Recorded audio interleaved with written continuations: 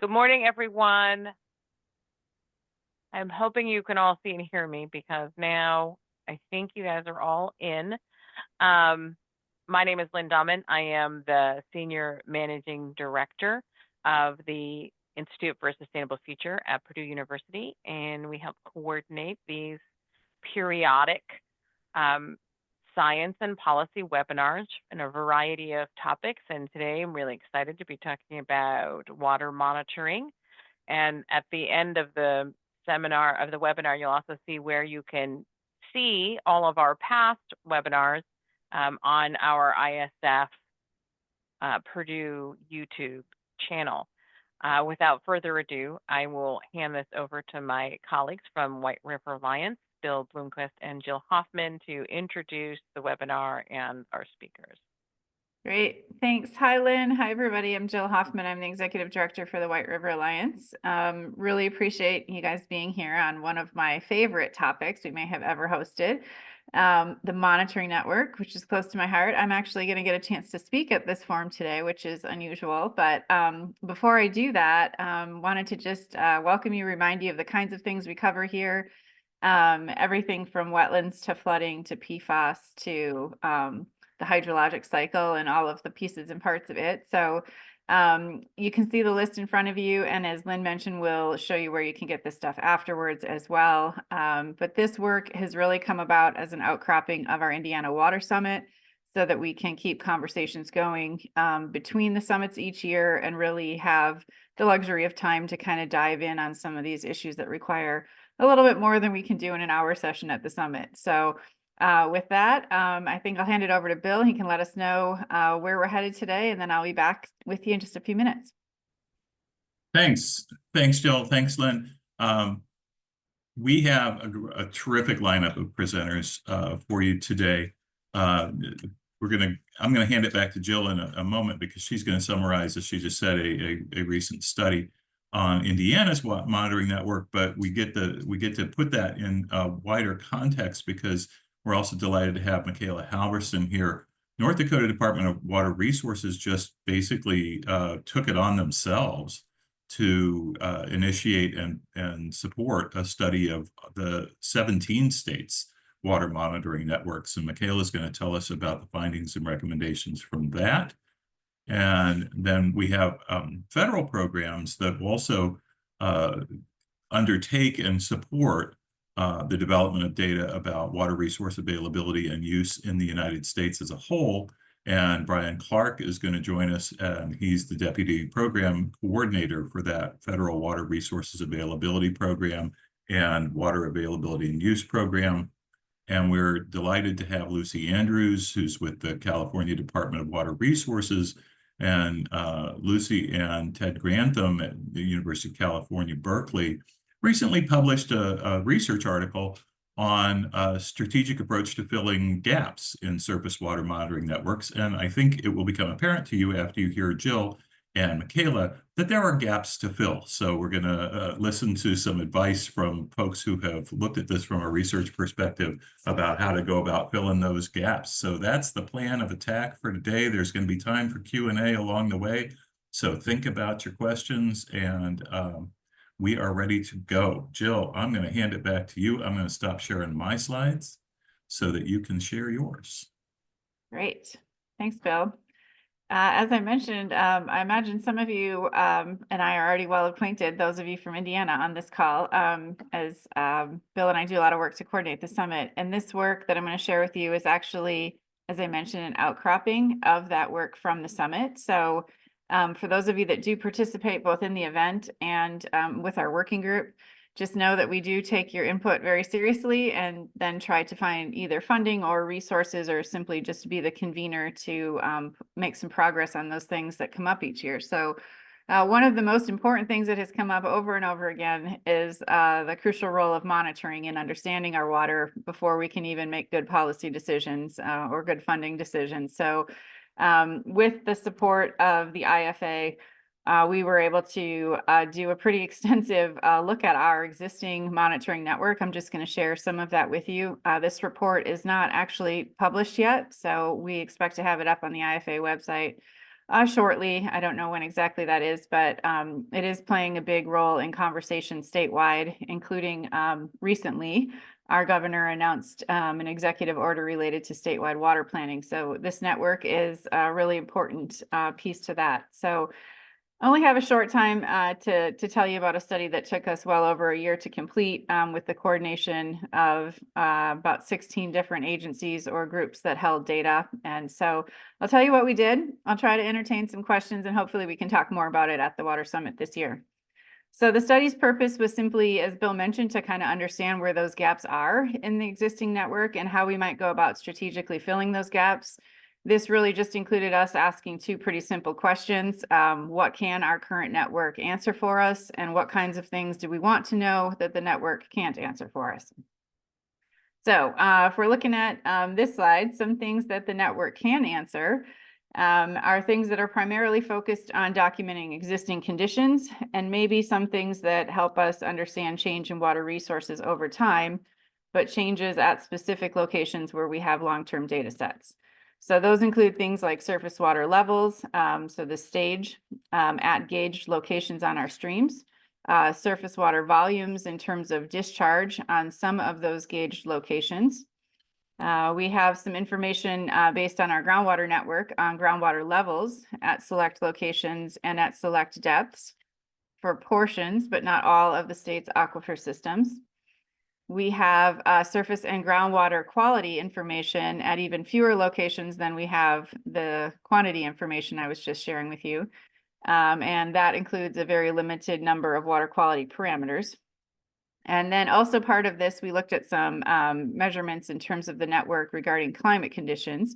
So we do have some monitoring stations measuring climatic information, and those are pretty limited in their locations as well, but some of them do include things like soil moisture that help us understand the water balance of the system. So those are some things that we can answer.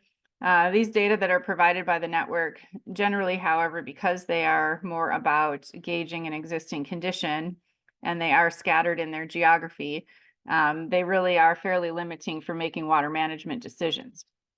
They're also very limited for making any kind of modeling decision or modeling outputs.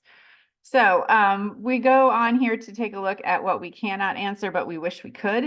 This is just a reminder how important a robust network could actually be if we had one in place.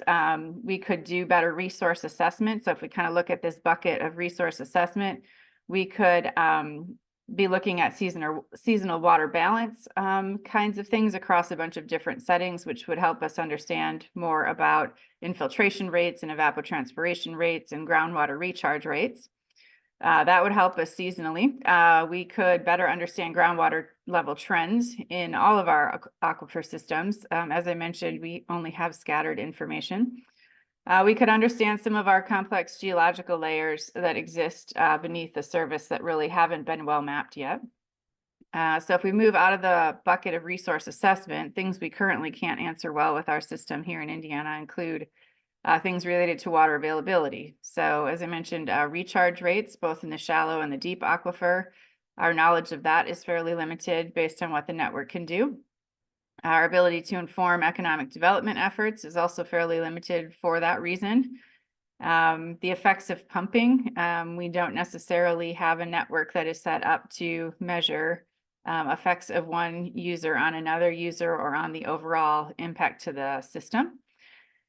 Groundwater runoff volumes are also a challenge for us to really get our head around based on the way and the complexity or technologies that exist in the monitoring network.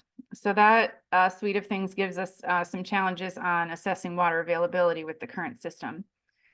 Also, then some things we can't answer include a better understanding of water quality, which then of course actually affects that bucket before of water availability. So the water quality of our bedrock aquifers is fairly unknown, I guess you could say that.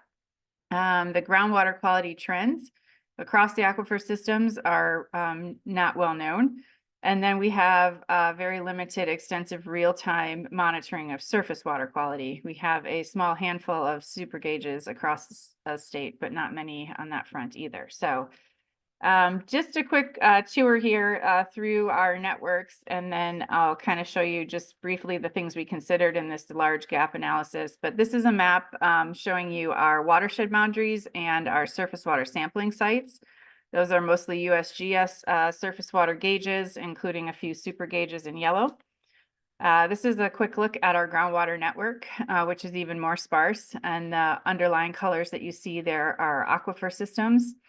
And so you can see we have a couple of agencies monitoring groundwater, the USGS with a few continuous wells, the IDNR voluntary network well system, and then the Indiana Water Balance groundwater wells that come out of IGWS. And so there's a quick geography, and you can probably already be assessing some gaps that exist. We can see some aquifers where we don't have wells. You can see some watersheds and major tributaries where we don't have gauges. The next thing we looked at was the climate and mesonet networks that exist. Again, a couple of partners engaged in this, the Indiana Water Balance Network through IGWS and the Purdue University Mesonet system. So you can see we don't have coverage of the climate side of the water cycle in even all of our, not even one in all of our counties, which is a leading recommendation from the report. And then, of course, we kept in mind as we looked for those gaps where our state agency, the Department of Environmental Management, or IDEM, is sampling surface water quality, because quality and quantity can never really be fully disconnected from each other.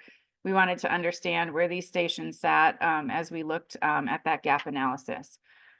So essentially, what we did here was just not a quick, but a high level look at the watersheds and aquifers, as I just showed you, and did we have instrumentation in each of them? Where do those instrumentation stations line up with our impaired waters list? We looked at population change. Impaired waters is the map you're seeing with the red and blue streams there, and population change is also shown on the right. So are we gauging and measuring water use in places where we're having a lot more demand? We looked at vulnerable populations. We looked at significant water users. That significant water users look included a 20-year kind of look back. This is a map that was put together with information from DNR's significant water withdrawal facilities, and kind of showing you the scale of users based on the coloration of those dots. And then this is a groundwater example change between 2002 and 2022. So that can be a lot to digest. So as we were looking at that mapping against our existing networks, we started to narrow in on places where we were having a lot of use. So these are the significant water withdrawal facilities that are pulling greater than 100 million gallons per year. And so you can see kind of, I've put some circles on here just to kind of show you what it was like when we panned around in GIS, looking at the existing network against these users, looking for places where in the black circle areas where we have an increase in users in the last 20 years at this level, looking for places where we had users before that are maybe using more. So you see that with some of the darker colors that change in the areas circled in blue. So part of this exercise was to see if the instrumentation we had out in the system was capable of helping us track any impacts to big use. And then there is this piece that I wanted to not forget, because it's been important to our Water Summit conversations, and also the network's primary purpose in the last couple of years, or not a primary purpose, but an important purpose that has evolved, is related to helping support the Indiana Finance Authority's regional water studies. And so the map you're seeing is an area of our state where we have conducted those studies already. And you can kind of see a timeline of how those studies have gone on, with the most recent ones being completed in the North Central and the Wabash headwaters.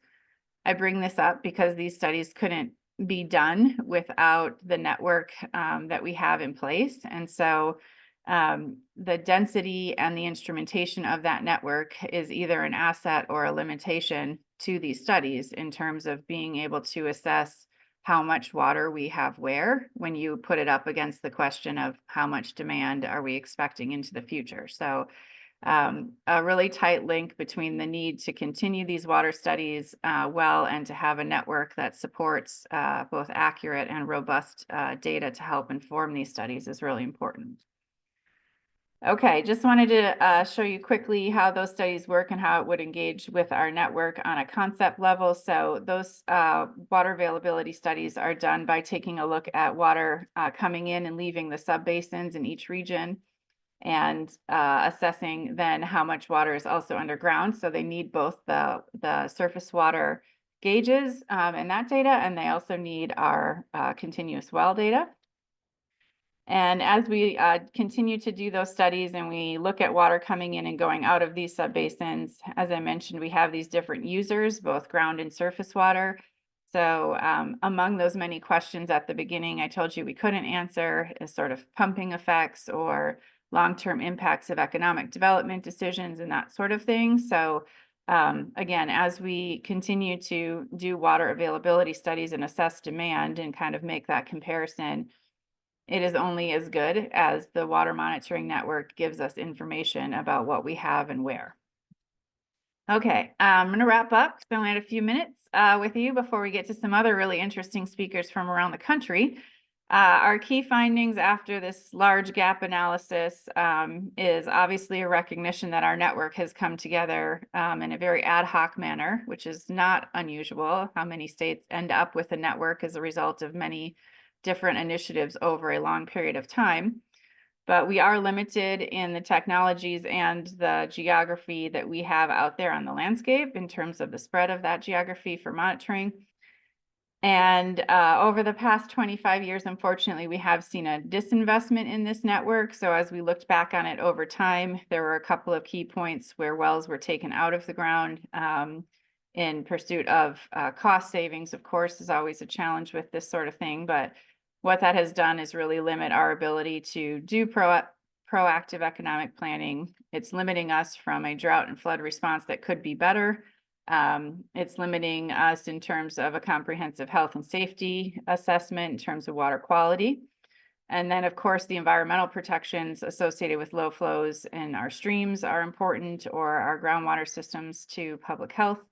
So as we look at this system, one of the other really interesting things that you guys might know here in Indiana is we just saw Senate Bill 4 signed into law, and that will require some of these large withdrawals to be permitted. And again, here's another piece where the network is really critical to providing the appropriate information to review those permits and make smart decisions about watershed management. So in wrapping up, the deficiencies that are presented by a network that has been disinvested in need to be overcome if we're going to have a sustainable, resilient future. So you guys all told us that at the summit. We spent a lot of time and energy kind of going through this gap analysis. So we hope it is helpful.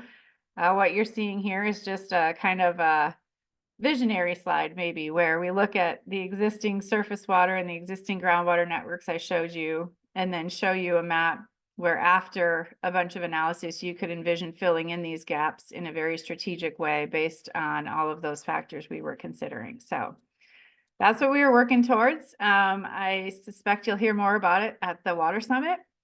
As I mentioned, it is guiding some important conversations at the state level in terms of water management. And we hope we learn from our next speakers about how they and other people are managing networks to do strategic investment. And just, I guess with that, Bill, I'll take a few questions if we have the time, or people know where to find me, and I'd be happy to defer to our other speakers since I'm more available. Thank you. Jill, that was great. Thank you. And thanks for staying so tight on our time frame. Much appreciated. I'm let's see here. Lynn, where can I see questions? Okay, we don't have an open question just yet. So I just want to They can remind. post, but there are none at the moment. Here we go. Okay. So here's a question, Jill. Here's one, yeah. Yeah. I believe I did not see any USGS groundwater quality wells on the maps. Were they excluded for a reason? Was this exclusion intentional? No, we did, the USGS was hugely involved in this project. So we did look at some of that stuff. Actually, IDEM also has some groundwater quality wells. That network isn't, I guess, as robust. And it wasn't telling us, excuse me, as much about, I guess, availability, which is where we started this investigation. So I would just say that all that stuff exists in the GIS that was created for the map. And if you guys ever want to have fun, you should sit with the USGS guys, the DNR staff, and Purdue and all these people, IGWS, at a round table in a war room and scan county by county, looking at existing networks against users. And that's how you have a really good time for many days in a row for many hours. But yeah, we had all those experts at the table, and I'm sure they were not excluded. We also were focusing a lot on understanding the quantity and then the quality as a part of that. We have another great question. Thanks, Jill. And I know this is something that you've given some thought to, which is how can state universities help fill in the gaps? Yeah, I almost feel like I should kick this question back to you, Bill, because you helped aggregate the list of researchers. So actually, that's a really smart, informed question, and one the IFA asked us to consider. In terms of the best we did at this point was to generate a list of all researchers in the state that are working on water issues, whether they're quality or quantity, whether they're modeling or they're, related to maybe measuring success of agricultural best management practices. I mean, we have quite the gamut of researchers in this space that use gauges and wells all the time, and even some researchers that install wells. So what we did was include an appendix to the report inventorying all of those researchers that we know of in the state doing work, with one of the primary recommendations of the 6 recommendations was to convene somehow annually those researchers to have a more coordinated strategic conversation about this, about how they need the network, how they use the network, and how they could enhance the network. So we didn't forget about you guys. If you're out there, hopefully the next steps coming out of this report, see some progress on that. And maybe that's even a thing Bill and I can help with regarding summit type of work, is that engagement with the universities. I agree. And I'm also going to keep Michael's question and bring it back because we've got a Q&A open session at the end of the forum today. And I think after we've heard from Michaela and Brian and Lucy, we may want to come back to this question and visit it again from another perspective. There's a question about this disinvestment problem. Bill, I just want to add that, like this, that in terms of university participation, Purdue does have a water challenges research community and lots of faculty. So I don't want to put Lisa on the spot, but she's on the call and one of the co-leads, and maybe can address maybe some of those relationships too. That's okay. Lisa just put herself on the spot by posting a question in the Q&A. So there's no ducking now. Lisa, do you want? First of all, let me ask Lisa's question, and then we're going to have to move to our next speaker pretty quickly. But let me ask Lisa's question, and then also ask Lisa to answer Lynn's question. Lisa's question is for Jill. Which of the unanswered study questions do you think the state is most motivated to answer? I think we're in a really big quantity conversation. And I think it's groundwater focused. So as I mentioned, the interconnection between groundwater quality and quantity obviously impacts availability. So we are continuing to push for a larger conversation, both on groundwater and surface water quality and quantity. But I think it's been motivating when we see projects like the LEAP Lebanon project suggest a large withdrawal from one watershed and a return of that to a different watershed. That has prompted the probably most motivating factor to be like, is that okay? Is that sustainable? Is that right? Right being, to stakeholders. So I think that's probably the one that feels like it's the most motivated. I think we've done a good job to try to in the report point out the interconnectivity though between some of those things that I mentioned before. Bill, I'll go ahead and try to take answer the other one in the chat, but very briefly, the question was about how to overcome the disinvestment, and I think continuing to support the political conversations that are going on now are important. But we also have the opportunity to have local investment come in and fill these gaps as well. And we are seeing some of our cities and towns that are concerned about flooding or supply step up. Similarly, utilities that have abandoned wells offering to bring those back online to enhance the network. So I think there are some local solutions in that set, as well as continuing to put some pressure on at the state level. That's great. Lisa, if you're able to unmute, would you want to just explain real quickly what Lynn was talking about the Water Challenges project or initiative? Since we're in a webinar format, I'm not sure Lisa can unmute. I don't think she can either, Bill, but Okay, she can all right. probably ask another question that is not a question. Well, or maybe when we get to that open Q&A at the end, maybe we'll unmute our attendees. I did wait a just minute. unmute. I just did Okay. unmute Lisa, not to put Lisa on the spot, but just thought it would be good for people to know a little bit more about the water community. Okay, can you hear me? Yes. Yeah. Sorry, I'm very much enjoying this. I did not mean to jump in. No, researchers at Purdue are very, very motivated to help answer many of these questions. But we have to think about maybe non-traditional funding models, or, a lot of our research is federally funded. And so getting these partnerships set up where, local and state funding contributions can help, I think is going to be part of it. We can do some stuff for free, but not everything. You got to be careful about even saying that first part. Sure, yeah. All right. Yeah. All right. We're ready though. Yeah. Yeah. No, I appreciate it. Thank you very much, Lisa. Michaela, we're gonna have you come in now. You should be able to share your slides. Alrighty. And I know you've got a great presentation. I've already seen it about the findings and recommendations from the study, but also I hope you'll open by telling us a little bit about what you do, and then how did this thing come to be? Absolutely. Okay, let's get this going. Great. There you go. Okay. So I'm Michaela Halverson. I am housed in the Water Appropriation Division of the North Dakota Department of Water Resources. So this study kind of came around. It was just kind of kicked around the table. In the Water Appropriation Division, we deal with water use. So we deal with the permitting of groundwater and surface water, municipal, irrigation, construction, industrial.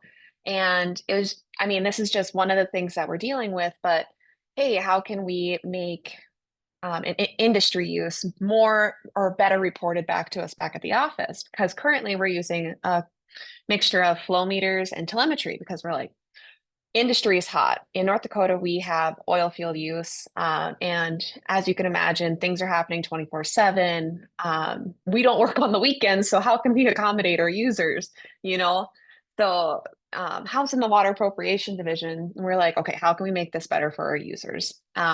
So that was just one of the things that we brought to our leaders here at the DWR, and they're like, well, let's make it bigger. Let's see how we can accommodate everyone that uses water in North Dakota.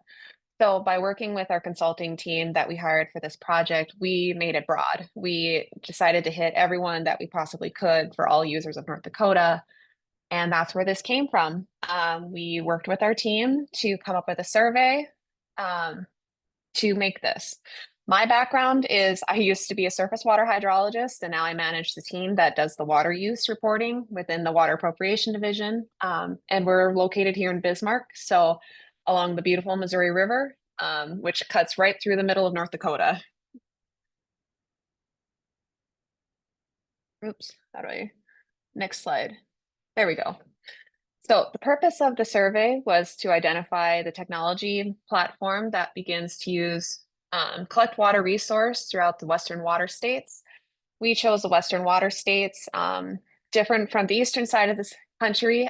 We operate on Western water law. So first in time is first in right, which California can attest to. They operate on the same one. They were one of our survey respondents, which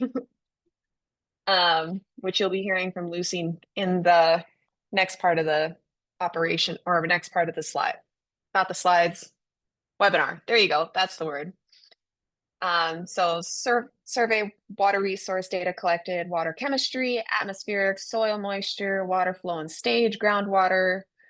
We did survey all 17 states, 126 individuals with 68 agencies. And then, yeah, the 17 Western water states responded.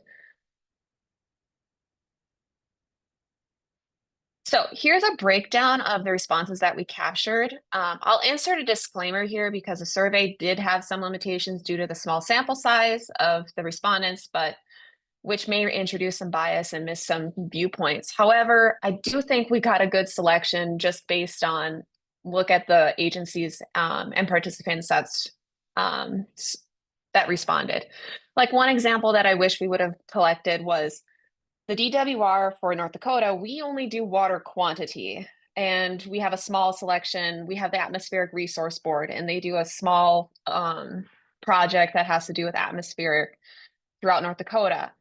So an example would be, I wish that our own North Dakota Department of Environmental Quality, who does all of our water quality and all of our atmospheric sampling, would have responded, or that we would have reached out to North Dakota Agricultural Weather Network, which does a lot of our weather monitoring throughout North Dakota. That would have given just North Dakota itself like a huge response and given us a larger collection. So, but I do think we got a good collection here within our survey. So when you look at our water use monitored sites, most Western states reported that using telemetry and remote sensors as the primary technologies for automatic water use data collection, especially surface water.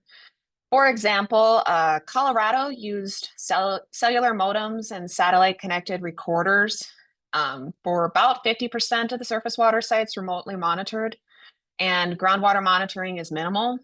And then I think Nebraska and New Mexico rely on local entities like irrigation districts. Nebraska also primarily uses Sutron equipment, which is a telemetry developed by Sutron. And then New Mexico varies by region. So depending on where you are within the state, so like telemetry is used in the lower Rio Grande for compact flow methods within the middle Rio Grande. And then, like I had mentioned before, here in North Dakota, we require daily remote meter readings from industrial water depots. So those are the people that are selling water to the oil field industry for water use, versus irrigation. They're just required to have flow meters, which is track your daily use, and then they report it to us at the end of the year. Texas and Washington have self-reporting systems for users, with Washington using remote radio head technology in some areas due to cost effectiveness. So a key insight here was that telemetry is often paired with mechanical meters, and it was the most common automatic data collection method across the surveyed states.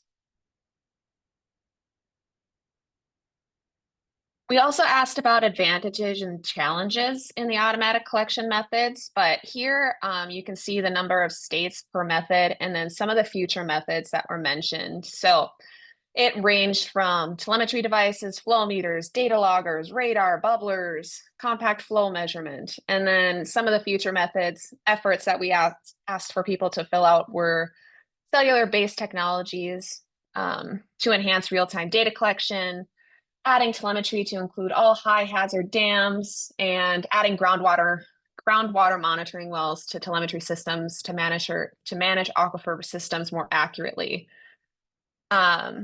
So some of the advantages were real-time data improves river management efficiency, and then increased accuracy by reducing manual entry errors. And you were also able to have scalable systems. However, challenges associated with automatic water use data collection systems were inconsistent standards for telemetry use, data quality issues, and sometimes in remote areas, you ran into connectivity issues. So then we also moved into manual water use data collection methods, in which people responded with flow meters, ultrasonic flow measurement, flumes, V-notch weirs, staff gauges, USGS reporting, and self-reporting. Some of the popular future efforts were more widespread flow meters to improve accuracy within a larger area, merging new data reporting methods, several internally developed web-based tracking applications. Let's see.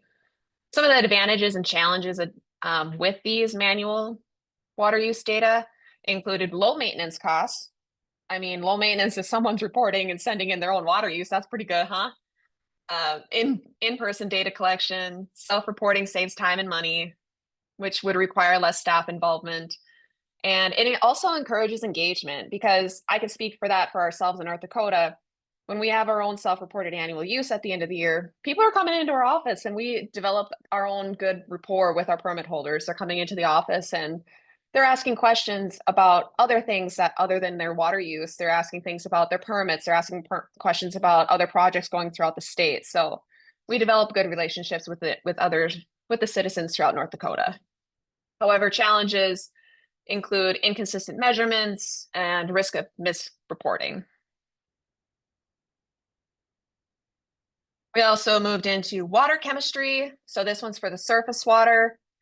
Here on the graph, you can see the breakdown of how many water chemistry sites are funded by the state, the USGS, and then a cooperative agreement between the state and the USGS per the state that responded. Survey responses indicated that states collect data on constituents associated with the Clean Water Act, with additional constituents as they deem necessary.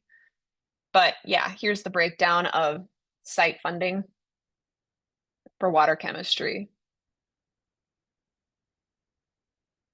And then here's the breakdown for water chemistry for groundwater.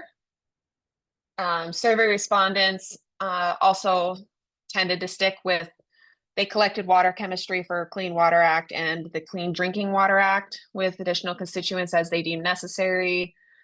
Collected field meter readings, chemical and biological parameters, pollutants and project-specific constituents tend to vary state by state.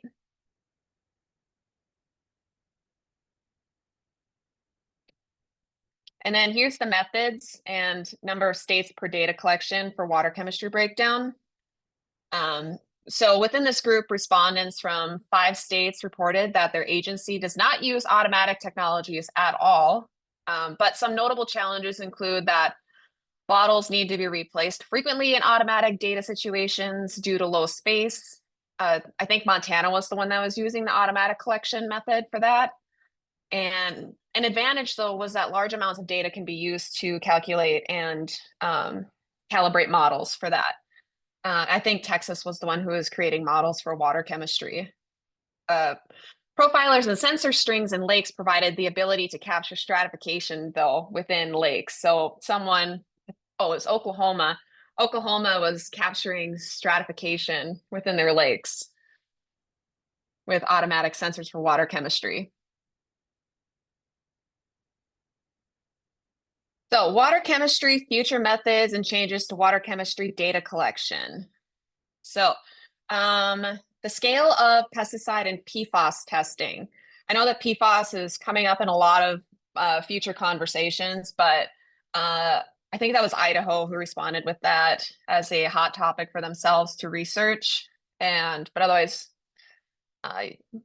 let's see, developing a tool that detects algal blooms. I thought that was really interesting. That came from Nevada. Residents from most states reported none or to continue with current methods. However, reported improvements are listed on the screen though. And then we move into atmospheric and climate soil data.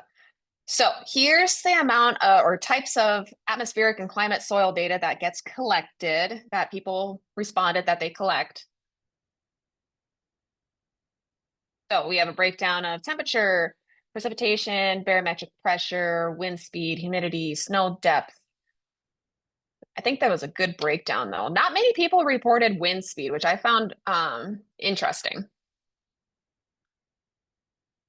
but we may have not hit the right agencies, honestly, which we could do it in the next one. Who knows? Current atmospheric data collection methods. So the number of states per method, people reported a popular one was a Mesonet network. It was again highly noted that automatic collection provides consistent measurements, timeliness, and lower human error. However, there may be high costs associated with the equipment, and there was also lack of power issues in remote sites. So that might come into where you might want to look at satellite or battery operated solutions for these areas. But future efforts included expanding networks of all weather precipitation gauges, temperature sites, and pressure sites, adding SODAR, volumetric water sensors, and mini SODAR, which I had to look this one up. I didn't know what it was when it first came across our desk, and then it was a wind profiler. So people are looking into adding more wind. That answers from our previous slide. And then replacing existing data acquisitions systems. And then here we have soil moisture data collection. Here we have our in-house built presence units in North Dakota. These have actually proven to be quite cost efficient for us in all of our monitored resources here at DWR. And then also HDR. So HDR was our consultant that we hired, but they were made aware of a national effort across during their survey of the National Soil Moisture Network, which is being developed by a team at The Ohio State University. It's called the Network of Networks. The existing network includes the National Resource and Conservation Survey SCAN network, many state Mesonet networks, and other statewide efforts to create a comprehensive network of soil moisture data collections. So they are willing to work with anyone and references the original data network to include multiple soil horizons.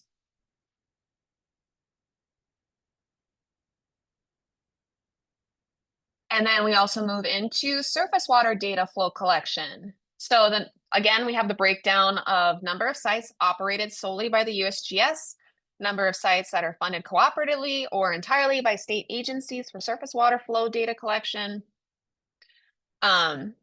For all of these graphs, they were all scaled logarithmically for visual purposes, but a variety of automatic and manual methods were also discussed for surface water flow. The use of stage and storage curves to calculate flow based on reported stage data was also indicated by respondents. And this was also similar to the automatic technologies that were reported for the earlier withdrawal and water use data.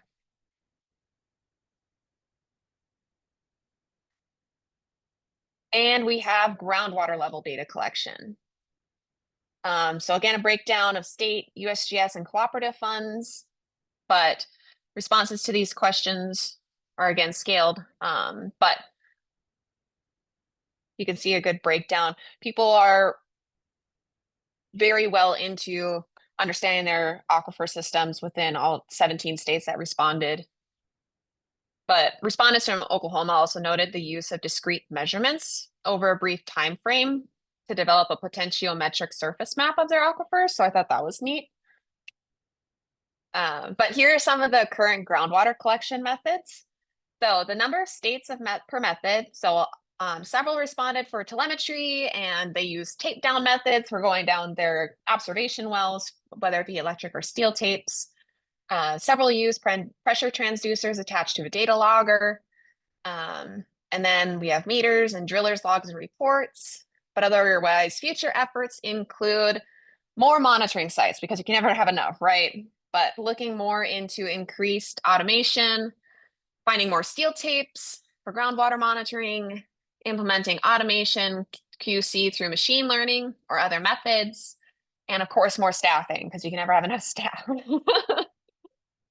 But otherwise, advantages of include telemetered sites, allow for high frequency data and daily status checks. However, some challenges that were mentioned for groundwater collection methods included associated with the raw level data type, and there may be a limited capability to geographically verify data, and sometimes there's a high cost of equipment, installation, and maintenance that's associated with this. So we move into key takeaways that we came up with. The survey findings show that while each state operates its own water programs independently, they may face the same core challenges. One major issue was that the accuracy of self-reported water use. Many states find it hard to verify this data, and some even mentioned users have incentives to misreport. Some, like California has CalWater's pilot project that may be interesting to look into. Another major water challenge was just for validation of if you're building a new technology, let's validate it and build from there. But otherwise, improving soil moisture monitoring, coordinating data sets with others, and enhance multi-agency collaboration and data centralization. And with that, I would take any questions.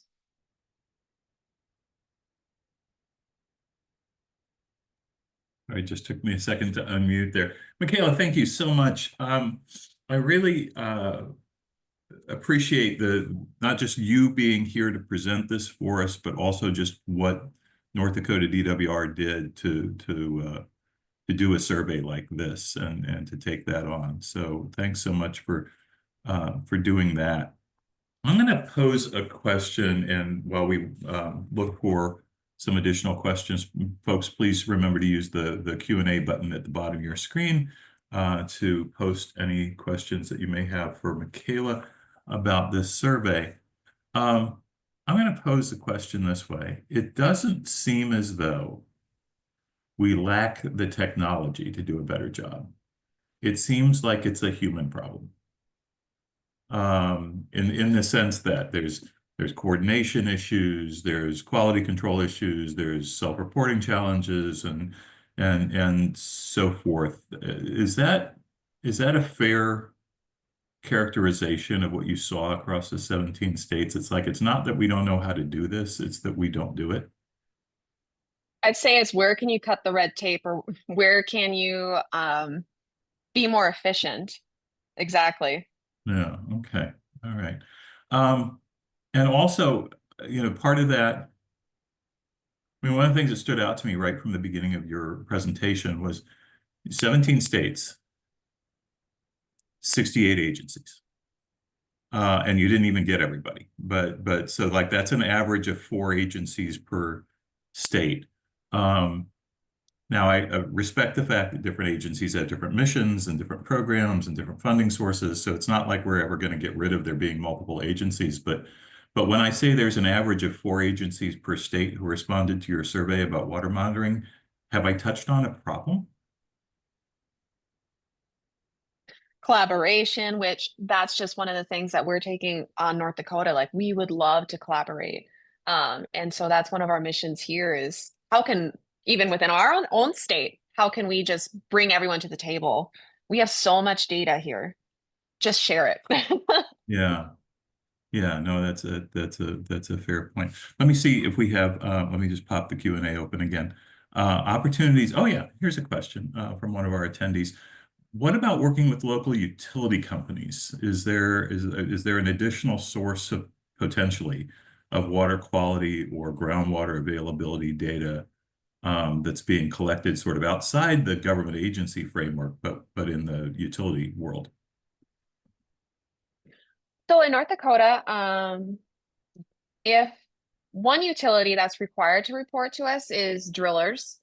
So if you are a well driller or wastewater, if you're plugging a well, that kind of thing, you're required to file that with us. But otherwise, I'm trying to think of other utilities out there. So if there are other ideas, I'd love to hear it.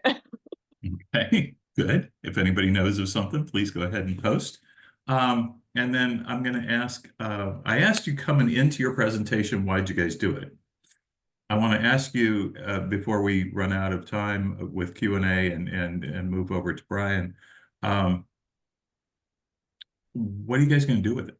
Like, you've done this now, so what sort of prospective decision-making in North Dakota will this inform? Sure. That was our main thing was we wanted to come up with a better way of how can our water appropriation team, how can we come up with a better way to have water use reporting? And that's kind of where it stemmed from, was it's a little chaotic with some of our water use reporting. And so can we offer a better way for our users to communicate with us? Can we offer a better way for when it comes to whether it just be irrigation, cities, industrial use? Can we offer a better way for them? Are we offering them the best technology? And so here in North Dakota, we have these self-built presents, which are really cost effective, and they're manufactured here in North Dakota. We have them about at $500 a pop. And so we use them for monitoring atmospheric pressure, temperature, soil moisture, stage within the surface water, groundwater, you name it. And Yeah. so, and we're like, well, is that the way we can go? We don't know. Can we manipulate this to use it? Yeah. But then also, can we use it for, can we be in contact with the third party? We're not sure. So that's where it stemmed from, is what are other people out there doing? Okay. Yeah. But then Okay. there's also, okay, when we brought it up to our leadership, that was our small problem that we have in the division. We Okay. brought it up to our leadership. They're like, well, it's not just you guys who's having this problem as to how to make it better for our users. Yeah. There's dam safety. How can we make it better? So they're doing their own project that's going to be published here soon as to what are their, they're working with their own, they're doing their own report as to how can they make their users better for communication in terms of low hazard, high hazard dams within the 17 Western water states, I believe. And I think that's just it, is what's the best communication method? Yeah. Communication, collaboration, always the tough part, right? That's the sustaining, and then cost. Communication, collaboration, Of course. and cost. Those are the three C's that we grapple with all the time here. Any other questions from the audience? If not, I'll stay with moderator's prerogative, since there's just 2 more minutes before we're going to put Brian on. And I think that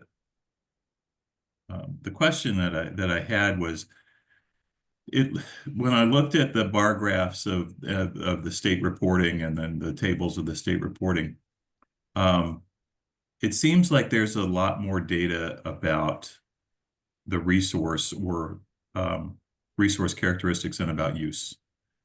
And this, I think, reflects a broader challenge, which is that water users want to know a lot about the resource, but they don't want to tell you a lot about how much they're using. Because there were 4 states, if I got it right: Arizona, Montana, New Mexico, Wyoming, 0 sites monitoring water use, if I read that bar graph correctly, which is kind of amazing, right? For states facing water challenges like, say, Arizona or New Mexico. So, I mean, is it your perspective from where you sit, as somebody who works in the Division of Water Appropriation, that appropriators, they want to know a lot about the resource, but they don't want to tell you a lot about use? I don't think we hit the right agency. So I will say that bar graph might be skewed a little bit. So I don't think we hit the right agency. Fair enough. Right. But even just coming from just North Dakota's perspective, we have a very good, people are always looking at, if we have observation wells, we have a large observation network across North Dakota. If there's an observation well installed in their road ditch, you can bet that they have that tag marked on their web browser and they are watching it when they're withdrawing water. And it is so fun. I love that interaction with people. Yeah, no doubt. Well, Michaela, thank you so much. Please, if you can stay, we have a little open Q&A session later, and if you can stay, that's great. I understand we only asked you for a certain amount of time. So if you have to hop off, I just want to make sure to thank you one more time. Absolutely. Thank you for the invite. All right. Lynn, I've got a question for you. Brian Clark is our next presenter, but he's in the attendees box. Can you move him over to the presenter box, please? Like you did with Lisa a little while ago. Sure. Thank you. Okay, what's the first name? I'm sorry, Richard? Brian Clark. Brian. And Oh, while yep, Lynn does, I see him. yeah, while Lynn does that, I want to say a special word of thanks to Brian, because one of Brian's colleagues, Linda Dalton, was originally the person who agreed to do this presentation. And Mindy is no longer with the USGS, and that was a pretty recent change. And Brian stepped up, I mean, like literally probably a week or 10 days ago, to agree to do this. So Brian, before I hand it over to you, I just want to thank you for being willing to join under those circumstances. You bet. I appreciate that. Can you hear me okay? Sure can. Awesome. Hopefully you have screen share ability also. I do. I'll try to, let's see. I'm only working on one screen today, so we'll see No how worries. this works. We're okay. Find my way around. Where do I share the screen at?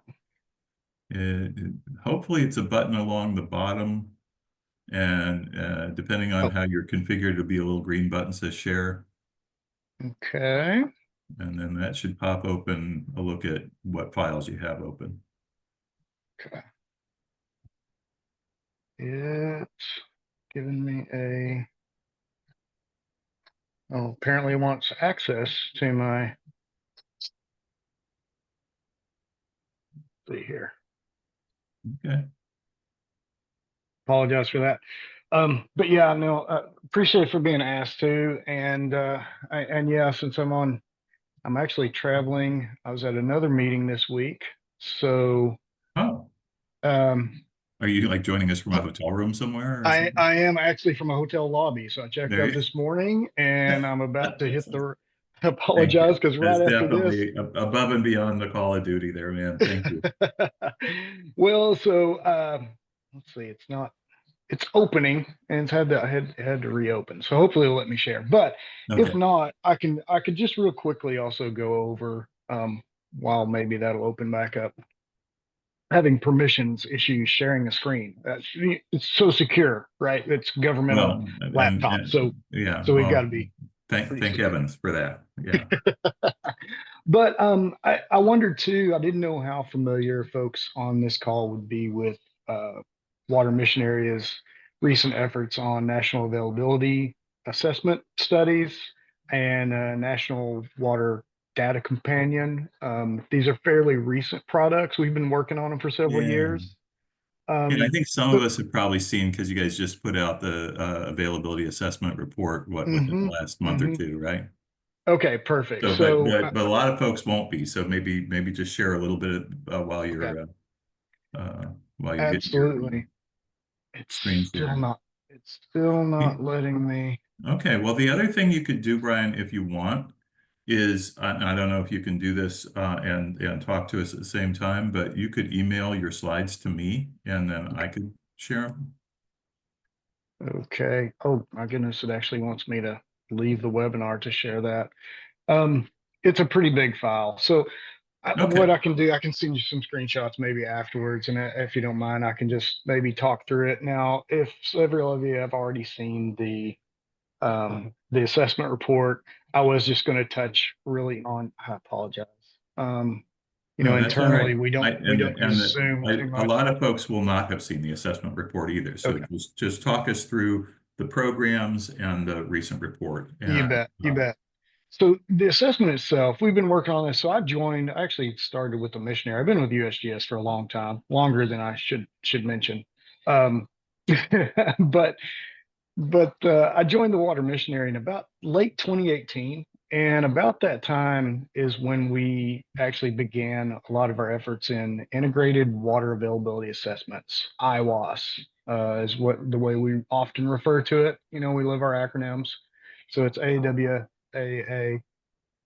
And actually, if you just search that in internet, that IWAA space USGS, it's typically the first link that comes up there. And so that will actually bring you to a lot of even the screenshots that I was going to try to walk through today. But there's a couple of pieces of this. So we've enacted a lot of efforts in modeling different major water availability components, or what we view as water availability components. So there's the, stream flow, groundwater, the water quality aspects of availability. And I'll, put a disclaimer around that. When we talk about water availability, and we even have a science program called Water Availability and Use, it's very different than most states. That's certainly not delving into the world of state sovereignty on what is allocated to states. We're looking at it purely from, what is the water coming into a system, and what is the water estimated leaving the system, and what's the quality of that water and things like that. So it doesn't account for different water rights and other kind of legislative mandates, things of that nature. So it's much more of a kind of a scientific accounting of it, I guess, could say. But so we've devoted a lot of our efforts to modeling things like stream flow at a national scale. Currently within CONUS, we do have work to simulate that in places like Alaska, Hawaii, some of the territories as well. Brian, forgive the quick interruption, but Sure. for those who don't live in the same acronym world that you and I do, CONUS is? Oh, so my bad. Yeah, the conterminous US. So the lower 48 states, essentially. Oh, you know what? Maybe is that somewhat working now? Yep, can see it just fine. Okay. I would go into screen share or slideshow mode, but how about I just leave it like that so I don't That's miss anything? fine. That's fine. Just, and then you can just move through your file as you You bet. see bet. fit. So so yeah, a lot of that effort, the components of that is the report. So we started that back in about 2018. So we've been working on these different types of national models. Our intent is to add to that, add capabilities to it as we move through it and make the data available. So just a few screenshots on the assessment report itself. So if you go to that site, and I'll put a QR code up here in a little bit too, if y'all are interested in that. But some aspects in the report that we're looking at is like a supply versus demand um, type of information. Let's see, I'm still trying to operate all the windows here on in a traveling environment, but supply versus demand. And again, that's, the amount of water coming into the system versus the amount of water actually estimated to leave. So there's illustrations and text about that. A big piece of this report also is the water use. And I only caught part of Michaela's talk a minute ago, but I did catch it was about water use. So that is part of our mandate as well, is to estimate water use throughout the US. So historically, you may be familiar with it, but we've typically had 5-year reports on that. So at a cadence of every 5 years, we release estimates of 8 categories of water use at a county level. The last several years, we've been migrating that effort toward modeling, so we can provide more up-to-date information at a higher resolution, both spatially and temporally. So if you're accustomed to seeing those 5-year water use compilation reports, those are now effectively contained within this national assessment. And the data, and I'll touch on where the data is available in just a moment as well. But right now we have models built around public supply, thermoelectric power, and then crop irrigation as well. So those are the kind of things you'll see in that report. I'm gonna skip that next slide, but some other things, just touching on some water quality aspects again that we can look at nationally. There's nitrogen, there's phosphorus. Those are kind of things that we often tie, not only into the drinking water concerns for that, but we tie those into like HABs, harmful algal bloom prediction as well. And then the report, again, at a national level, it doesn't get down to regional, local specific. That's left to much more detailed studies. So this is again one of kind of our mandates, actually congressional mandate, to provide this type of national assessment. So it does tend to be a little bit generalized, as much as our models will allow us to get down to the resolutions that we'd like. But there's different aspects that we try to cover in this assessment, dealing with the surface water quality, groundwater quality, the amount of water quantity, and then different thresholds with our ecosystem needs. So there's some illustrations in the report that just try to give a snapshot of what that is, and with this kind of pie in these different regions, and to try to highlight where areas of increased or decreased stress in those kind of four main components. So again, it tends to be kind of high level. The report is a really quick read. I think it's just over 300 pages. So, that's a big plus. if you're ever looking to just Right. browse through, right? Right. Yeah, just something on your nightstand, maybe. Yeah, exactly. Yeah, absolutely. A quick 300-page read plus. And then, like I said, I might not have mentioned, but this report, since this is really the first, this is what we call version 1A that was just released. We are looking at a version 1B, since 1A is really just our attempt at a current status and availability. Version 1B will be trying to add some more historical trends. And I'm not sure that we'll get the regional perspectives in there, but that's certainly on our radar.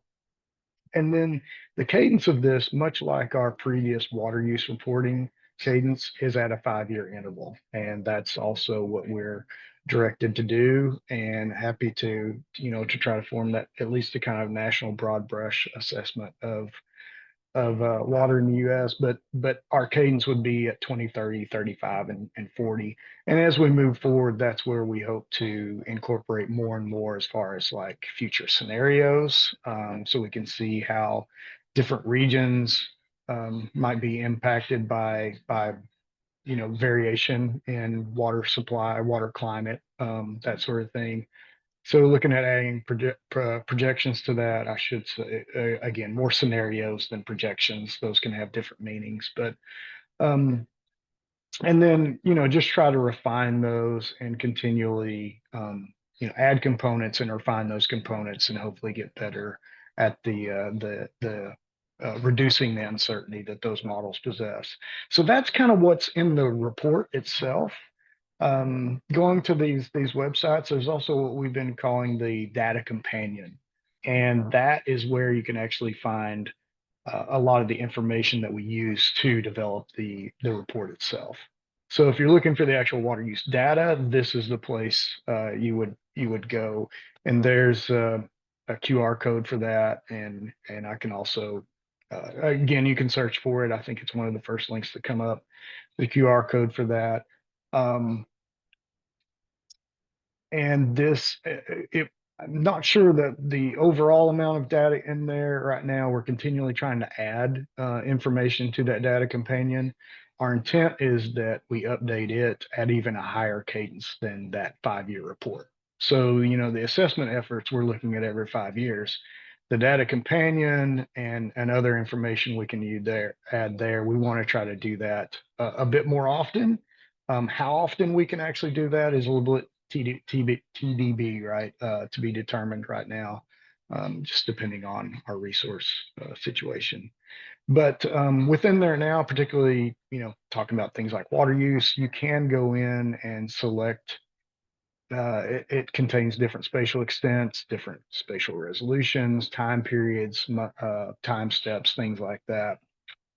And primarily what should be on that site now are things, again, related to the water use for at least those 3 categories of thermoelectric, public supply, and irrigation. I believe there's some other outputs in there more from the models themselves. So whatever's estimated from the models for things like ET and snow water equivalents and base load, things like that. And that's where we do hope to add more and more components as they're available through our modeling work, as well as some of the water supply totals in a context, in a water supply context of what's available and what's being used and that sort of thing that's in the report. So there's multiple ways to get at that data. Currently, there's a data catalog, there's a download tool, there's a file browser site, so you can just go directly to it. And there's also some API and web services. We're working on adding some other additional tools. You'll see these kind of grayed out components down here, like an interactive map and some watershed pages, that highlight different watersheds and provide some information specific to those areas, and then ways to get at some of that data directly with R and Python packages. But some screenshots of how that catalog looks. If you go into the catalog, you can select different components of that, the model public supply, for example, and it has, a lot of different information related to those data, as well as, some static images of like average amounts that are represented in the models. There's also, I mentioned that subset and download tool. I think this might actually be a video, but we won't play the whole thing. But it allows you to go in and select a certain data type. You can select an area of interest, and I think that the spatial resolution you would want for that sort of thing, and then download it. So it'll actually extract, smaller amounts of that information that you're just interested in. I mentioned the API web services, so you can see there's documentation on all of these things. So if you have the interest, or if you have technical staff and this is the language they speak, then they can go in there. And then the last one is like the data file directory, and that's where it's literally like an FTP site essentially, where you can go in. If you know what you're looking for, you can just dive down directly to it and download that information. I mentioned this would be later, so like a prototype of what an interactive map might look like. That's not available currently, but that's what we've kind of got on our radar for those things. And just to cover lastly is the tutorials. So that there are some tutorials on there of how to create maps and bar plots and different things like that for action-driven use cases. And always looking, I think, for new use cases that might be useful for folks out there. So, Bill, I know I took a while to share the screen there. I apologize for eating up that amount of time, but that's about all I've got. I'm not sure where we were time-wise, but happy to take any questions. Actually, you're in great shape. You landed right on time. Cool. So I appreciate that. People can post questions in the Q&A, and while people do that, I'm going to just ask you a question, Brian, that takes you back to something that you started with when you talked about what the USGS does and doesn't do in terms of the data, and you made the point, and I thought it was a good point, and I wanted to come back to it and just give you a chance to elaborate a bit. Mm-hmm. And that is about sort of staying out of the state's lane and staying in the federal lane. And it may be an underappreciated point that, as people were looking at Michaela's presentation, and I know you didn't see all of Michaela's presentation, but, you see sort of state after state after state after state that is facing the same challenges and gaps when it comes to things like water monitoring and the data that they have. Certainly, Jill's presentation before that about our situation here in Indiana had similar findings, similar themes. And one of the things that people might think is, well, why don't we just do this nationally? Like, why, instead of having 50 states all struggling with their monitoring networks and their data and all this, why don't we just do this nationally? And the point that you made was that to the extent it touches things like water use, at some point you cross a kind of a jurisdictional line where things like water rights law is state law and not federal law. And I just wanted to give you a chance to kind of come back to that and just tell us, like within the GS, for example, when you guys are talking about what you do and how you do it, how do those kinds of conversations come up, and what's the sort of the significance of that jurisdictional dividing line in water law between what's state and what's federal? Because it seems like Yeah, it affects even what data we have. yeah, and I can give so I'll go through what I can of it. You know, my background's really in groundwater modeling, so we dealt with a lot of that. So even for state information, what we've run into for things like the USGS, you know, like you mentioned, we're not regulatory. Right. So our goal is really to provide as much information as we can to meet our congressional mandates, which is, you know, to provide Congress essentially, and that, you know, the taxpayers a snapshot or continuous information on our water situation, you know, water resources, right? How those that water is actually used on the ground and how it's allocated.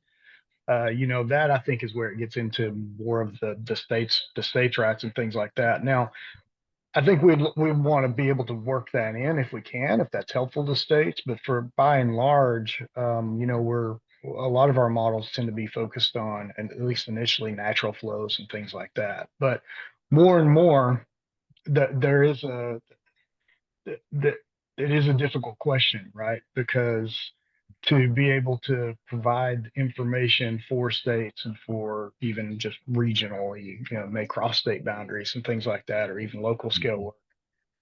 You know, more and more that information is needed. So for me, at least, I think of it as more of an input.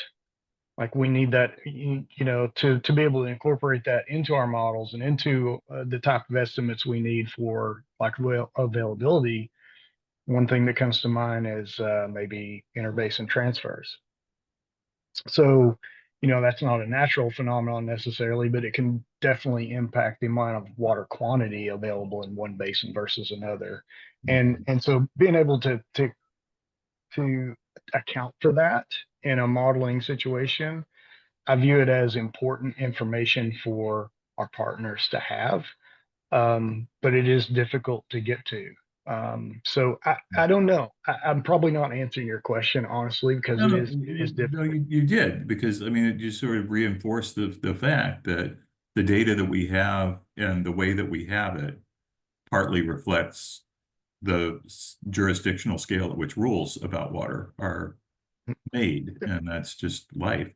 One other quick one, and then I've got about 2 more minutes for Q&A. Jill, did you have a question for Brian? I did. I guess just when I look back at what we did here in Indiana, it wasn't necessarily news to me, but I didn't understand quite the level of cooperation going on between USGS and our state level DNR, and how important like even shared financial resources is, shared maintenance and monitoring and data download and collection across the systems are. So here, that's pretty interwoven relationship. And when I looked at the North Dakota graphs, there's a lot of difference in how many wells exist in any one state, or how many USGS data points. Is that a reflection of how the states choose to work with you? Like, I mean, in terms of how much they show up with in regard to resources, be that staff or financial, or is it driven by your scientific approach to understanding the resources? Like, it just seems like there's a huge discrepancy. Yeah.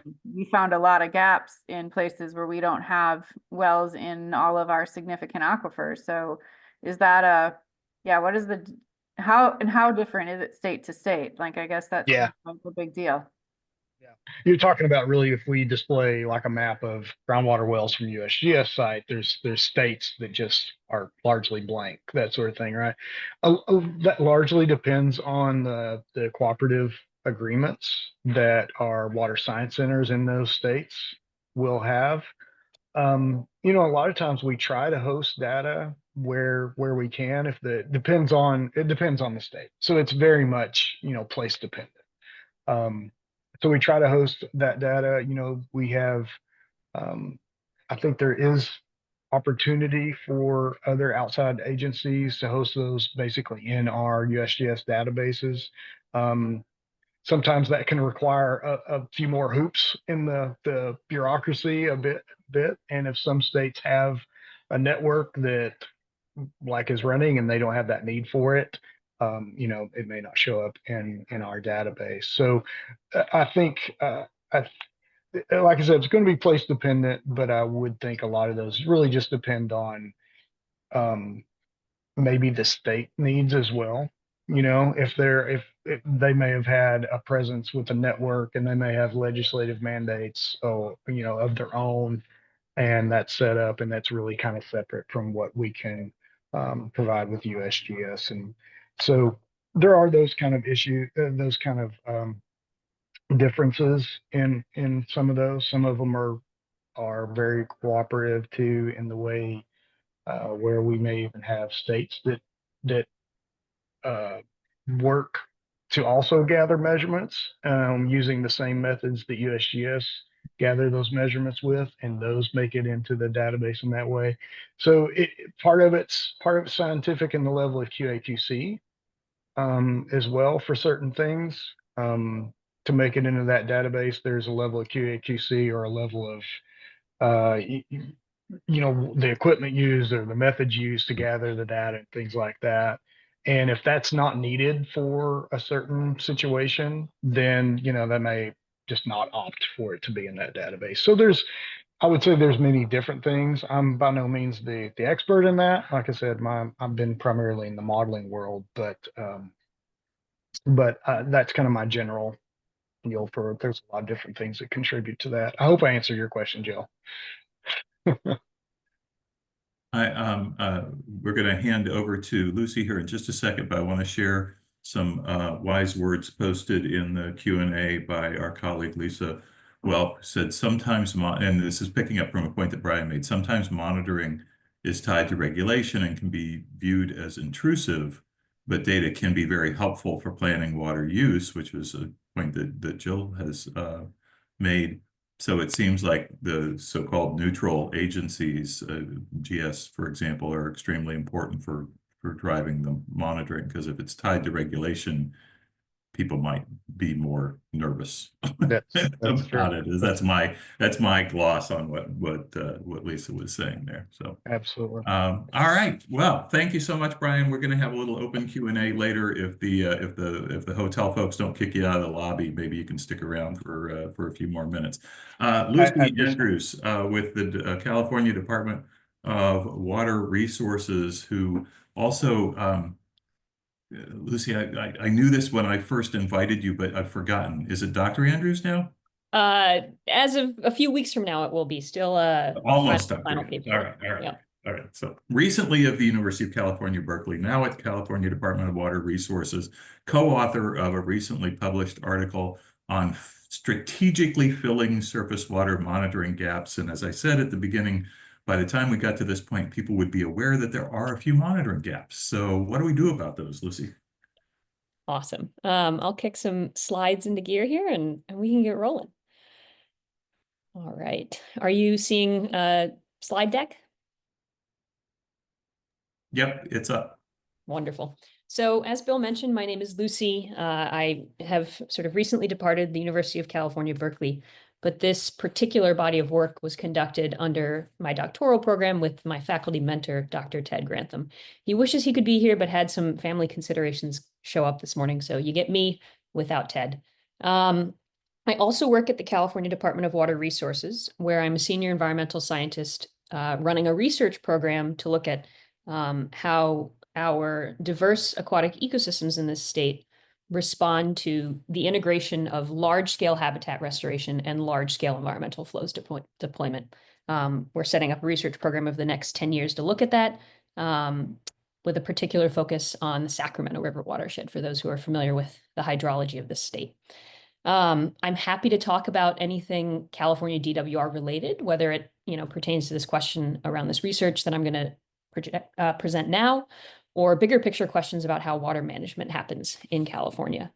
There are, as others have highlighted earlier in this webinar, California has multiple agencies that interact with water management. At the state level, we have an unusual arrangement where the regulatory entity, the State Water Resources Control Board, is separate from the entity that manages state water supplies and distribution. So the Department of Water Resources is a water delivery entity that also does a lot of environmental restoration, thinks about groundwater management in this sort of cooperative way with local groundwater sustainability agencies. We also have a responsibility for dam safety oversight and work very closely with the Bureau of Reclamation, who operates a parallel federal water infrastructure delivery project. The Department of Water Resources is large. We've got about 4,000 employees because the infrastructure that we manage and the research that we conduct supports this economy of about 40 million people. So DWR is the wholesaler ultimately that delivers water to about 27 million Californians through a network of contractors who receive water from us. But prior to the existence of the Department of Water Resources, California's hydrology was really diverse. We've got roughly 20 sort of hydroclimate zones in the state, but the part of the state from which most of our water supply is sourced are Central Valley tributaries and then the Sacramento and San Joaquin rivers that meet in the Bay Delta where San Francisco is located. Prior to engineering projects that started to move water around the landscape and store it, California experienced frequent flooding from really severe atmospheric river storms. In this picture on the right, we've got the Central Valley highlighted in the blue with the depth of water that was observed in what was a historic flood during sort of a colonial period in the 1860s, where the capital city of Sacramento was under nearly 20 feet of water. And that was actually sort of a quasi-annual occurrence where during wet years, the flooding in the Central Valley was frequent. It was wetlands, it was marshes, it was tidal wetlands, in addition to freshwater wetlands. And there were sort of these ephemeral inland lakes. There are also diverse aquatic ecosystems, some of them at the freshwater saltwater interface in the Bay Delta, and then sort of into tributaries and headwaters, where we have had in the past and try to maintain salmonid runs, Chinook salmon, coho salmon, lampreys, smelt, all of these species that move in this ecosystem at different times of year. We also had and continue to have many native peoples that steward waterways and aquatic ecosystems. And California right now is contemplating as a state through its various resource agencies what co-management with indigenous tribes, both federally recognized and unfederally recognized, and then what land back programs look like as well. So that's part of our conversation in water in California right now. But these days, we don't have this Central Valley flooding that was the historical hydrologic paradigm. There are now massive infrastructure projects that move water around the state and are operated by federal, state, and municipal or special district agencies. The two largest are the Central Valley Project, operated by the Federal Bureau of Reclamation, that predominantly delivers irrigation water to farms in the southern Central Valley, and the State Water Project, which the Department of Water Resources runs, that delivers predominantly drinking water supplies to the Bay Area and to Southern California, all the way down into LA and even to San Diego. There are also then large municipal agencies like the Los Angeles Department of Water and Power or the San Francisco Public Utilities Commission that maintain their own dams and water conveyance infrastructure to feed the needs of their dense urban areas as well. So it's not a simple picture to manage all of this with so many different straws and so many different agencies in our waters. And the cooperative challenges of monitoring and managing the data that comes out of monitoring networks is a colossal challenge, and one that we'll be talking about today from a scientific perspective. Though when we get to questions of management, perhaps in our discussion, I'm happy to offer some of my hot takes there as well. The challenges that the state face, in addition to this challenge of cooperative management, are, I would argue, sort of fourfold if we categorize them in a very general sense. The first is variability. California has years that are extremely dry and often pretty severe back-to-back droughts where we get very little natural water supply. And then years that are extremely wet where flood management is of the utmost concern. We've recently had a flood a couple years ago that brought one of these ephemeral Central Valley lakes back to life, the Tulare Basin experienced sort of a shallow freshwater lake that we haven't seen in a long time that actually nearly flooded out a handful of communities. We also receive most of our water in the part of the state where people don't live. So in this map on the right, the blue areas are places that are particularly wet on average, with average not being sort of something we ever observed, but is at least a mathematical construct. And most of the people, as you probably imagine, live in the southern part of the state. And so the challenge from a water supply perspective is moving water from where it naturally comes in the form of precipitation, rain, and snow into the southern portion of the state where ultimately it's consumed. We also have, gained tens of millions of people over the past 50 years and have needed to adopt practices for capturing additional water supply, but then also encouraging water use efficiency to try to maintain a degree of balance in the water that ultimately is available for use. We also are dealing with climate change, as is everybody. And in California, that means that our extremes are getting even more extreme. So the wet years are wetter and the storms are bigger. The dry years are much drier and often back to back, leading to these extended droughts that make it important to move water through time as well, and not just through space. And then we're dealing with trying to beat back aquatic species decline. California essentially has only one relatively major river that is unregulated, that flows without interruption from headwaters to sea. Otherwise, every river in the state has at least one large regulating dam on it.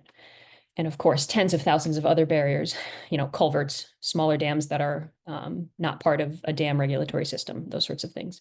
And that means that in one of the most aquatic, ecologically diverse places in the country, we're losing really critical species. Some of the estuarine species like the Delta smelt and the longfin smelt are right on the edge of extinction. And salmon, which are part of California's cultural fabric and particularly important to the lifeways of Native peoples, are also teetering on the edge. And so our job is to try to keep these species in the world and ultimately move toward population recovery. So that leads us to this question of monitoring. If we're trying to respond to variability in water availability and where it shows up, and we're trying to support a growing population in a very large economy and keep species from, the precipice of extinction, we have to know really basic things about how much water there even is. In a state that has 150,000 kilometers of rivers and streams, that's not a simple question. So the first question that this research takes up in citing stream gauges where, they don't exist thus far is trying to answer this very basic question of how much water even is there on a day-to-day basis with a degree of resolution that supports adaptive management. And then how do stream flow patterns change through space and time? Thinking about climate change, thinking about the human footprint on our waterways. What does it look like to monitor change? And then how do stream flow patterns relate to other phenomena, to management questions, thinking about environmental flow applications, climate change, and aquatic ecosystem response. So when we think about installing stream gauges, these are some of the questions that might surface. But we're faced with the challenge that, stream gauges are disappearing. We're talking about maybe installing new gauges to fill gaps, but we're also losing gauges that are already out there, as previous presenters have highlighted. Here's a figure that looked internationally, sort of at a global sense, of the prevalence of stream gauges. And you can see there was sort of a peak in their existence in our river networks across the globe roughly 50 years ago, and that since then, we've lost these long-term gauge monitoring sites. So this question of tracking change through time is getting harder because we are losing these long-term records. So part of our work will be making sure that the gauges that we have stay there, as we think also about new sites. A lot of this is, of course, due to financial pressures in the United States. To install and then maintain a gauge year over year costs, perhaps tens of thousands of dollars. That's certainly the case in many of California's waterways. So there are economic implications around gauge siting. Gauge sites that we've got are also already biased. They often are in places that are not, our polar regions, for example. They're in higher order streams, so places where there's more water, which in California makes it difficult because many of our systems are intermittent streams, that there are a lot of important waterways that don't actually see year-round flow, even naturally, let alone to speak to the question of water impoundment and diversion. So some of the work will also be correcting some of these biases, because while gauges might be biased towards management questions that have been historically relevant, Those questions are now changing with climate change in particular. And so when I think about, the work of where we're putting stream gauges, the fundamental conception that underlies this work is that stream gauge installations should be planned with an understanding that the gauges are building a network, and that network is multidimensional. When we think about stream networks, that's often a 2 to 3 dimensional question. And so we're not just putting pins on a landscape and saying, oh, the gauge site is here. What we're saying is when the gauge site is here, we know information about the river this many kilometers upstream and this many kilometers downstream. So the goal is to avoid redundancy and overlaps in the type of information that stream gauges give us because of the expense that is inherent in the question of installing and maintaining these networks. So in this figure, for example, super simplified, we've got a stream network that is these sort of gray-black lines. We've got a gauge site that is this vibrant green dot. And then the information that the gauge provides covers the parts of this, mini stream network that are highlighted in the pastel green. So this is the idea that underpins a lot of the computational work that then the rest of this research project takes up. And so Ted and I asked 3 questions of California's stream gauging network. First of all, to what extent do current gauges actually represent the network? How can we think, for example, about bias and about coverage? Second, how well do these gauges cover our stewardship objectives? We have considerations like observing high hazard or, water supply dams. We've got this question of critical diversity in our aquatic ecosystems, and then thinking also about reference sites against which we can track hydrologic change. And then once we've assessed some of these questions, where should we put new gauges to expand the network in a way that makes sense for our scientific and our management questions under climate change? And so to solve this problem, I brought in mathematical tools that come from a universe of set cover problems, where the goal is to identify a set of things to observe, and then how you might cover that efficiently by the selection of monitoring sites. And so I took a USGS hydrologic data product. Thank you to our USGS presenter prior to me for putting these sorts of products out in the world, the National Hydrography Data Set, which is composed of little stream segments, often tenths of kilometers to a couple of kilometers long, that cover the entire United States. So I took the subset of that is California and said, okay, all of these little stream segments are our universe of places that we might cover. Those are our elements of this universe. And then decided to entertain the hypothetical, what if we put a stream gauge on every single one of these segments, of which there are tens of thousands. Those are all of our potential gauge sites, not to suggest that we would install a gauge at everyone, because that's billions of dollars of work and doesn't make any sense. But that's the sort of hypothetical underpinning here. And then think about, for each of those potential gauge sites, how far upstream and downstream is it relevant? And this is where the discharge question comes into play, where we're thinking about how much change in drainage area, and therefore, in a rough sense, how much proportional change in discharge can we consider a gauge to cover? And for this work, as a place to start, we said, okay, a gauge site will cover 50% change in discharge and drainage area upstream and downstream.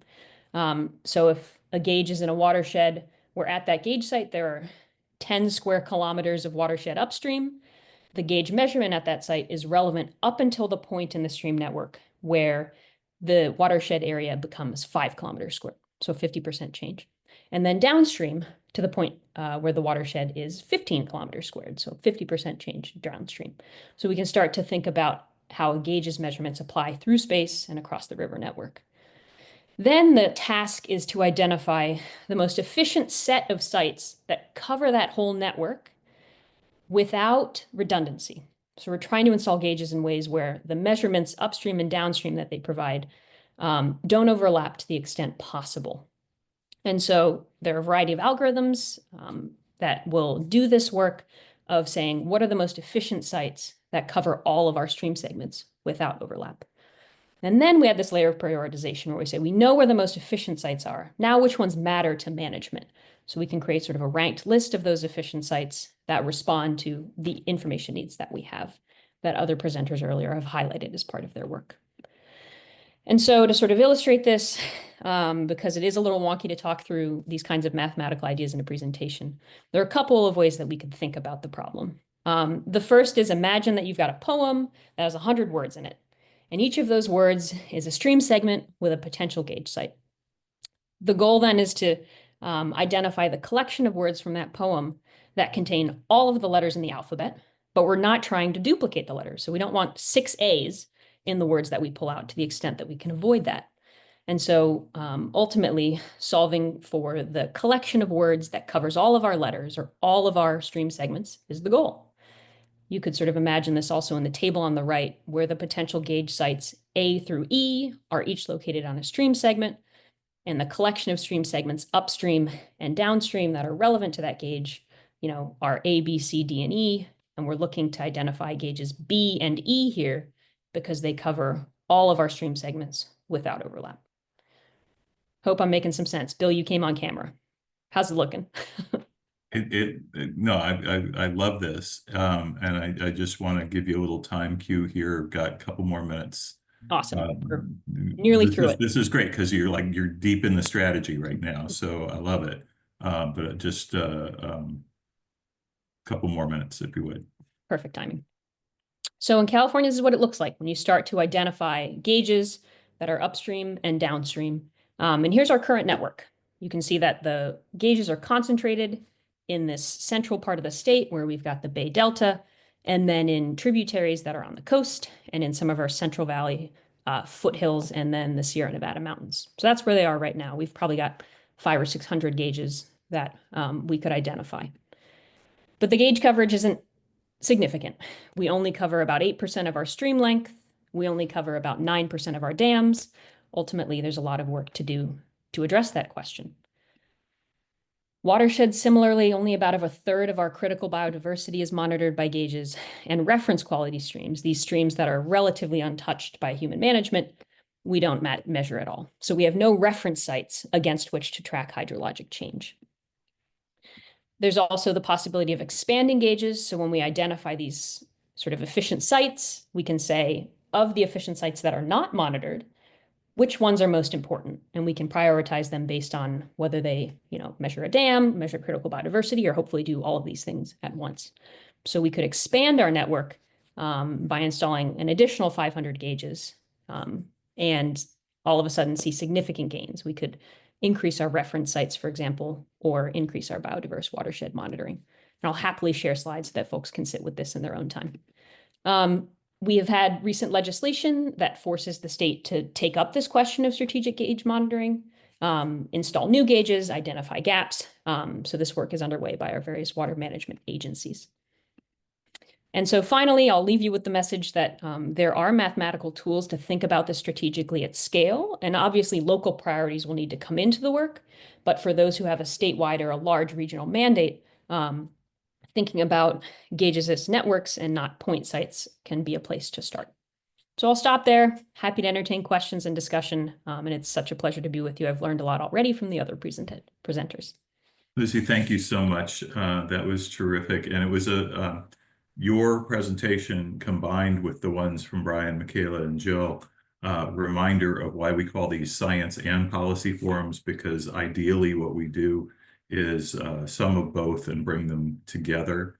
And this set cover approach is a great example of something that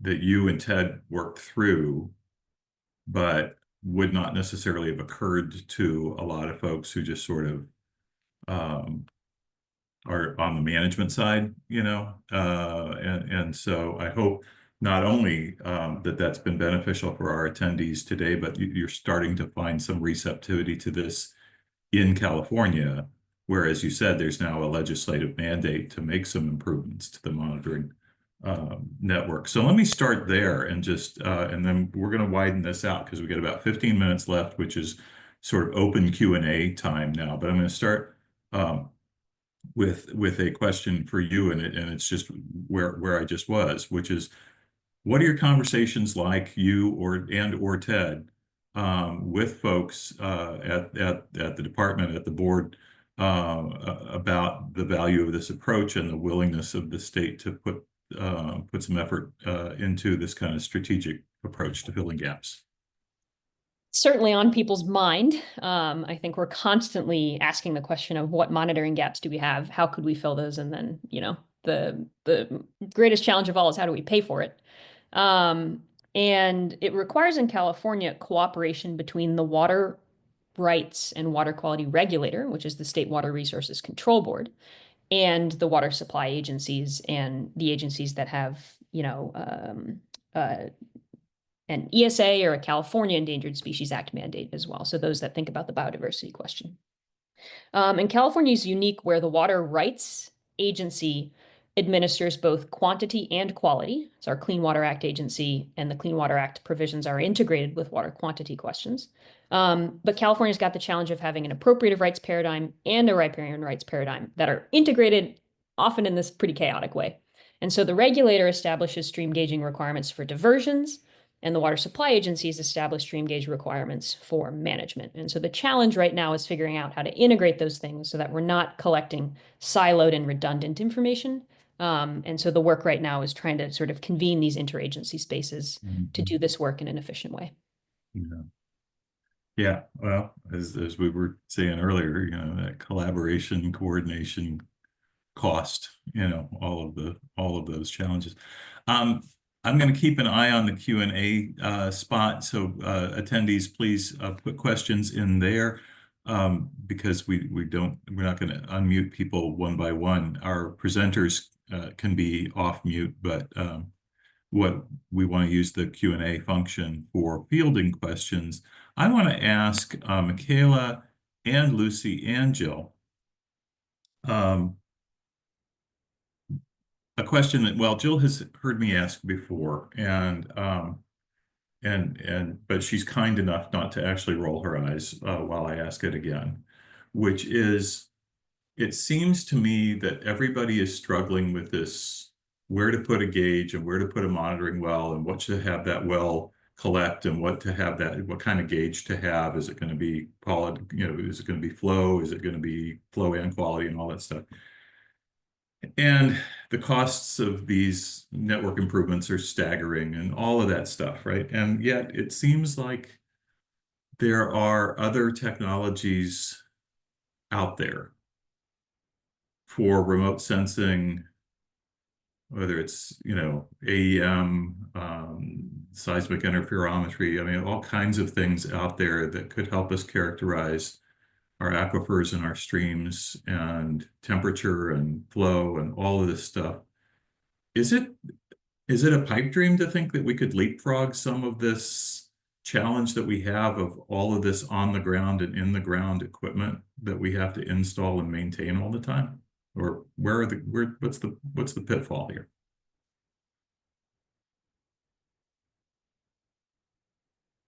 I can certainly start, and would Please. love to hear from other folks. I think I would love to see this happen. I think that there are ways that, advances in machine learning algorithms paired with remote sensing work could really get us a long way.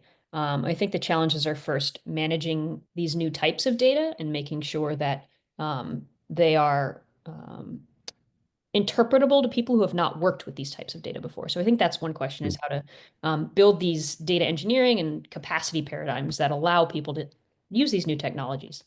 I think the second is maintaining, for at least this period of transition, the stream gauges that we do have to be able to confirm that these remote sensing technologies are providing information that is true.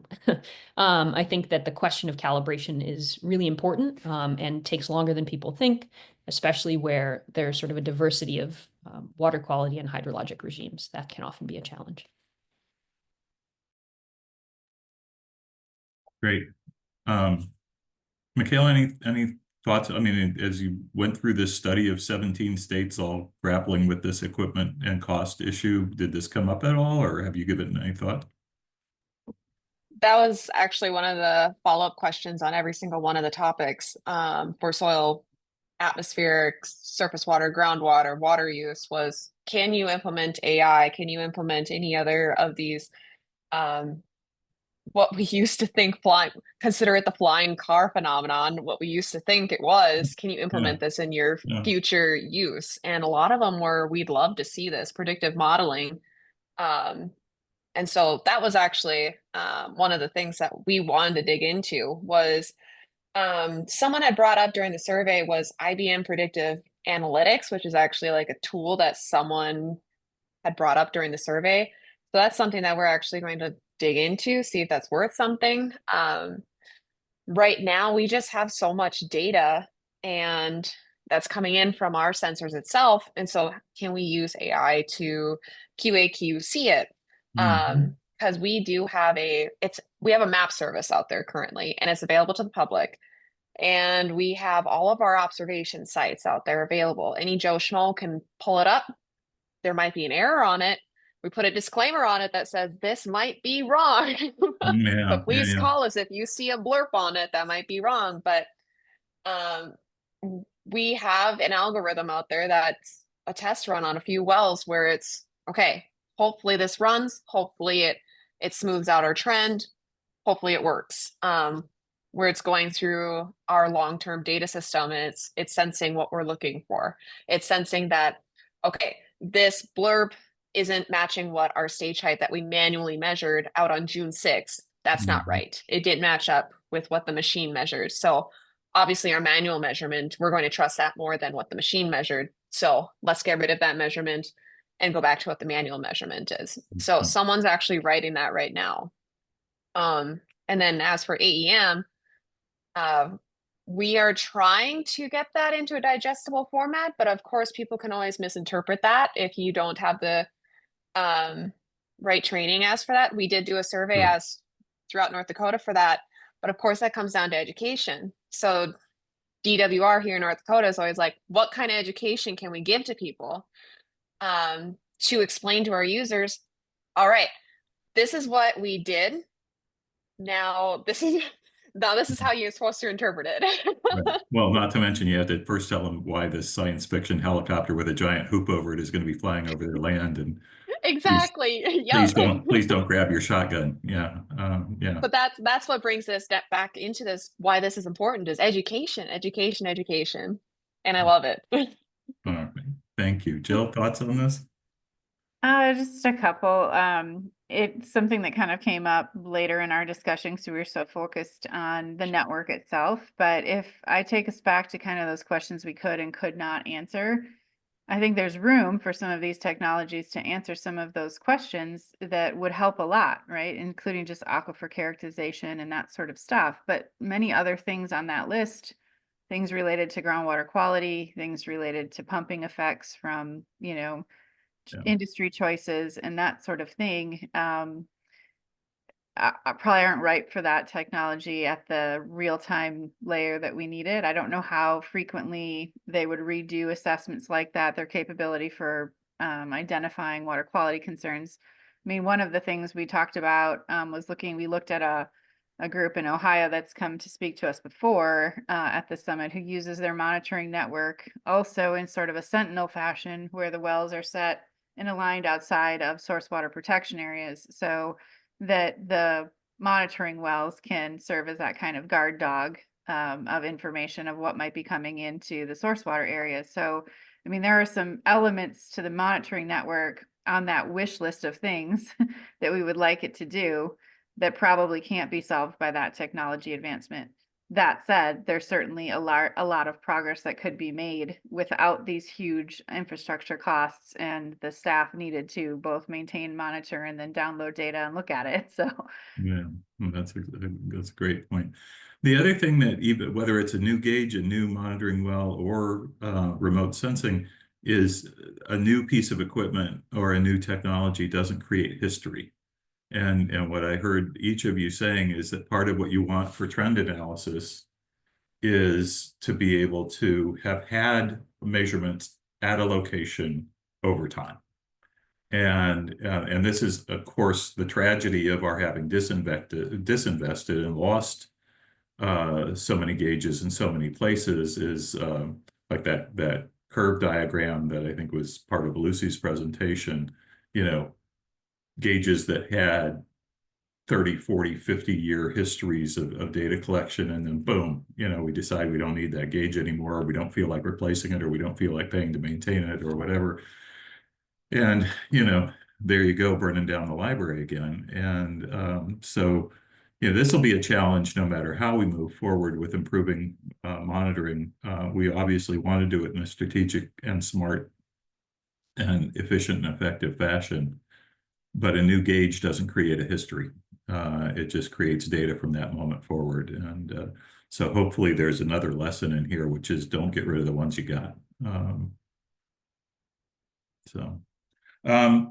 You know, one of the things that I think is fun about this, and I'm interested in thoughts and comments about this, either from any of you or from our attendees, is, you know, those of us in Indiana and the eastern half of the country tend to think about the West as this whole other place with a whole other batch of water problems that are different from ours.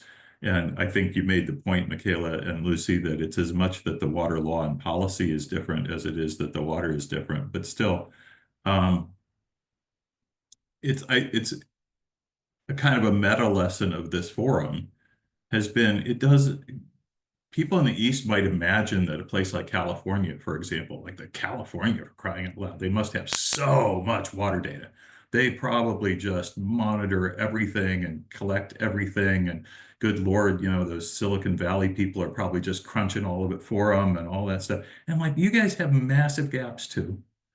And then, you know, North Dakota DWR does this survey of the 17 Western states, and they have massive gaps too. And this is a phenomenon all over the place. This isn't a phenomenon that, you know, those of us in Indiana go, oh, well, we're just behind the curve.